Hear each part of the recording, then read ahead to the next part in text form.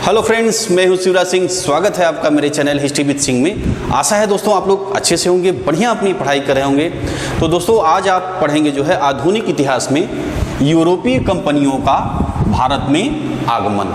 जैसा कि आप देखे ही होंगे कि करीब 5 देश की जो कंपनियां हैं वो जो है मुख्यतः भारत से व्यापार करने के लिए आती हैं। तो इसको जो है आपका कई वीडियो में जो है ये कंप्लीट होगा। कोई भी वीडियो दोस्तों आपको छोड़ना नहीं है। एक तरफ से आज से लेकर पूरा एक के बाद एक वीडियो मैं आपको बनाऊंगा आपके लिए। तो आप जब पूरा वीडियो देखेंगे तभी जा कर के आपका पूरा का पूरा जो कॉन्सेप्ट है वो क्लियर होगा, ठीक है। और एग्ज़ाम में जो है आप अच्छे से एग्ज़ाम जो है दे पाएंगे।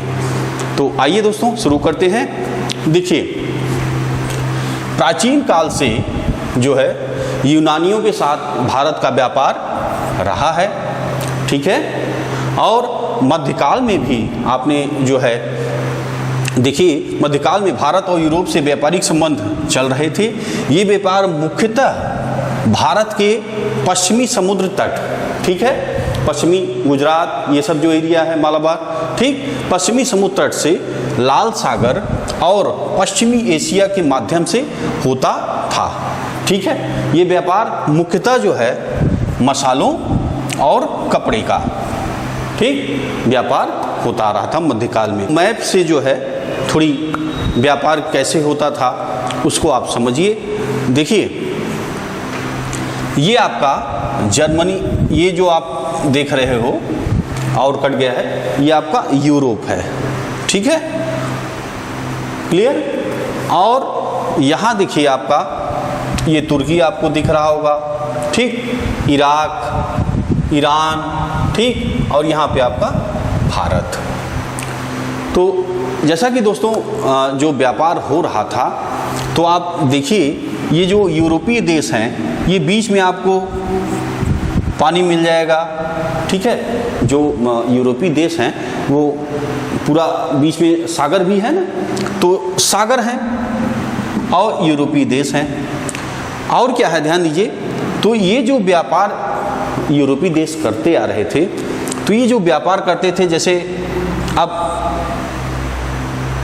सागर आया, सागर के बाद ज़मीन आया, ज़मीन के बाद फिर सागर आया, तो इनकी लागत भी बहुत ज़्यादा पड़ती थी, ठीक है। और दूसरी चीज़ क्या है दोस्तों, जैसे कि आप देखिए यहाँ पे तुर्की, इराक, ईरान, अफ़गानिस्तान और पाकिस्तान तो उस समय अपने भारत में ही था, आप जानते ही हैं। तो अब देखिए जो इतने देश ये पड़ते थे, अब मान लीजिए भारत में आपका व्यापार करना है, अब यहाँ से जितने देश पड़ेंगे तो भाई अगर उनके राजनीतिक संबंध अच्छे हैं तो कोई दिक्कत नहीं है, इनका माल जो है आगे बढ़ता रहेगा। लेकिन अगर संबंध खराब हैं तो माल इनका रुक जाएगा। दूसरी चीज़, अब खर्च भी बहुत ज़्यादा इनका पड़ता था। खर्च कैसे ज़्यादा पड़ता था, अब जैसे आपने देखा कि सागर है, सागर से स्थल ज़मीन है, तो अब यहाँ से उन्होंने मान लीजिए नाव इत्यादि पे लादा, जहाज़ पे लादा पानी के, और फिर ज़मीन आ गई। अब जब ज़मीन आएगा तो क्या होगा, ज़मीन के लिए फिर जो स्थलीय जैसे बैलगाड़ी है, घोड़े है, फिर उस पर सामान लादा जाएगा, उस पर सामान लादा जाएगा, फिर ये आगे बढ़ेंगे, फिर सागर आए, फिर नाव पे। तो इस तरह सामान भी बहुत ज़्यादा खराब होता था। तो हुआ क्या कि अब इनकी लागत बहुत ज़्यादा आ जाती थी। और प्लस जैसा कि मैंने बताया कि जो अगर विरोधी उनके अपोजिट साइड है, देश उनके खिलाफ है, तो व्यापार भी नहीं हो पाता आगे के देशों में, ठीक है। और एक और क्या चीज़ हुई, देखिए 1453 ईस्वी में कुस्तुनतुनिया, क्या है, कुस्तुनतुनिया, ठीक है, ये जो है पर तुर्कों का अधिकार हो गया, ठीक है, इस पे अधिकार हो गया। ये क्या है, ये जो आप इस्तांबुल जानते होंगे, आधुनिक इस्तांबुल, वही जो है प्राचीन नाम इसका ये है। तो इस पर जो है तुर्कों का अधिकार हो गया, ठीक है। अब तुर्कों का ये देखिए यहाँ ये एरिया है इस्तांबुल का, ठीक दिख रहा है ना आपको, ये एरिया आपका इस्तांबुल का है, या कुस्तुनतुनिया जो है ये एरिया है, ठीक। तो अब इस पे तुर्की का अधिकार हो गया। अब ये रास्ता भी यूरोपीय जो देश थे उनके लिए बंद हो गया, क्योंकि ये उसके खिलाफ था कि भैया हम जाने ही नहीं देंगे आपको। और उस समय जो का समय है वो पूर्ण जागरण का काल है। उस समय नए नए उद्योगों का विकास हुआ है, ठीक है। तो अब नई नई जो है मशीनें भी खूब ज़्यादा यूरोपीय देशों में बनी। अच्छा, अब इसके लिए भी कच्चा माल चाहिए था। अब ये रास्ता ये जो था ये बंद हो गया, ठीक है। और जैसा कि मैंने बताया कि ये बहुत महंगा भी पड़ रहा था। तो अब इन्होंने देखिए 15वीं सदी के दौरान जहाज रानी का निर्माण और नौ परिवहन विज्ञान जो है इसमें भी महान प्रगति हुई। अब देखिए पुनः जागरण का काल तो था ही, साथ साथ जो मशीनों का आविष्कार हुआ और जहाज़ों की भी प्रगति इस काल में 15वीं शताब्दी में खूब हुई। तो अच्छे जहाज बनाए गए और जो है इसके जो विज्ञान तकनीक थी उसमें भी काफ़ी विकास हुआ। और क्या विकास हुआ उसे आप देखिए। पुर्तगाल के राजकुमार प्रिंस हेनरी, ठीक है, जिसे जो प्रिंस हेनरी द नेविगेटर भी इनको बोला जाता है, इनका टाइटल, ने लंबी समुद्री यात्राओं को संभव बनाने के लिए क्या बनाया? दिक् सूचक, ठीक, यानी कंपास। ये तो आप जानते ही होंगे, जो दिशा बताने वाला यंत्र है। यंत्र के द्वारा और नक्षत्र यंत्र, ठीक है, के द्वारा गणनाएं करने वाली तालिकाएं और सारणियों का निर्माण कराया, ठीक, जिससे समुद्र की यात्राएं संभव हुई।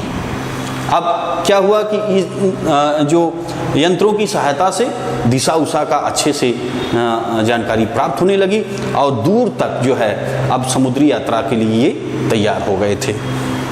देखिए अब क्या होता है, 1494 ईस्वी को स्पेन के निवासी कोलंबस ने भारत पहुंचने का मार्ग ढूंढते हुए अमेरिका की खोज की थी, ठीक।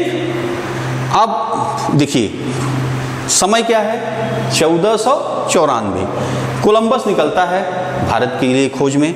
लेकिन अब ध्यान दीजिए इस मैप को, ठीक, ये आपको यूरोप यहां पे दिख रहा है, ये यूरोप है और इधर जो है अमेरिका कट गया है, उत्तरी अमेरिका और दक्षिणी अमेरिका, ठीक।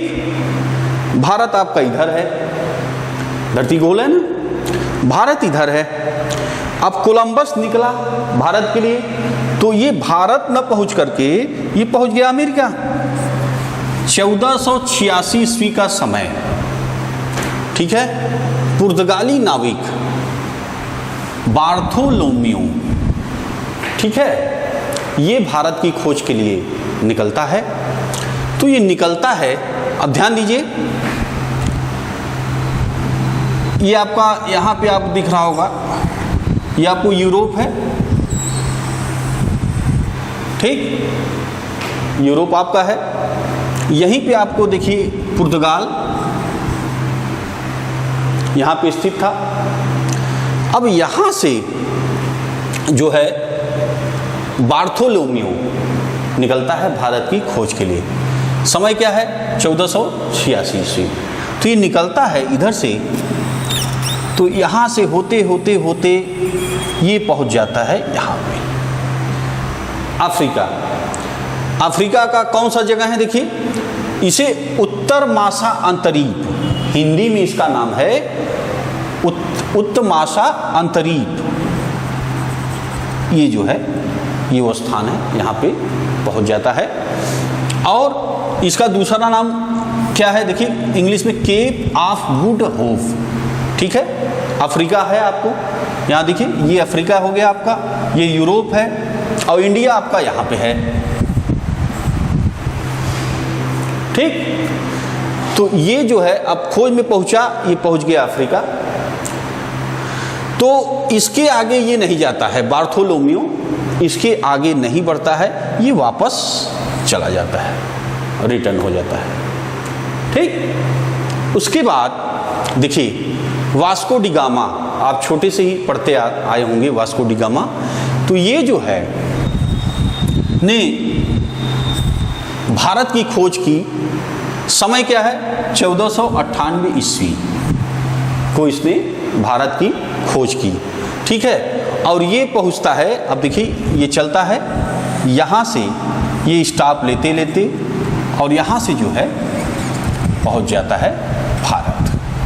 ठीक, कालीकट, कालीकट केरला में, तो यहाँ ये पहुंच जाता है। ठीक है, तो अब एक शब्द दोस्तों आपको मिलता है कि इसने भारत की खोज की। अभी बताइए, भारत की ये खोज की है, भारत कितना पुराना है? आपने सिंधु सभ्यता से आप पढ़ते आ रहे हैं, अब तो आप खूब अच्छे से बता सकते हैं कि 5000 वर्ष पूर्व से ही भारत विद्यमान है। और ये भारत खोज कैसे कर लिए भाई? तो ये शब्द ही गलत है। ठीक, तो ये जो है पहुंचा भारत। उस समय भारत का कैसे तट थे, क्या थे, उसे आप समझिए। देखिए, भारत के पश्चिम में, पश्चिम का एरिया ये आप दिख रहा है। ठीक, भारत के पश्चिम में मालाबार तट, मालाबार तट, ये जो तट आपका केरला ये से मिलता जुलता ये सब जो क्षेत्र हैं, ये मालाबार तट है। ठीक, मालाबार तट पर कालीकट, ठीक, ये देखिए आपको कालीकट, कोचीन, ये कोचीन, सूरत, ठीक, गुजरात में सूरत, भड़ौच, ये देखिए यहाँ पे स्थित है भड़ौच, कैम्बे, ये देखिए कैम्बे प्रसिद्ध बंदरगाह थे।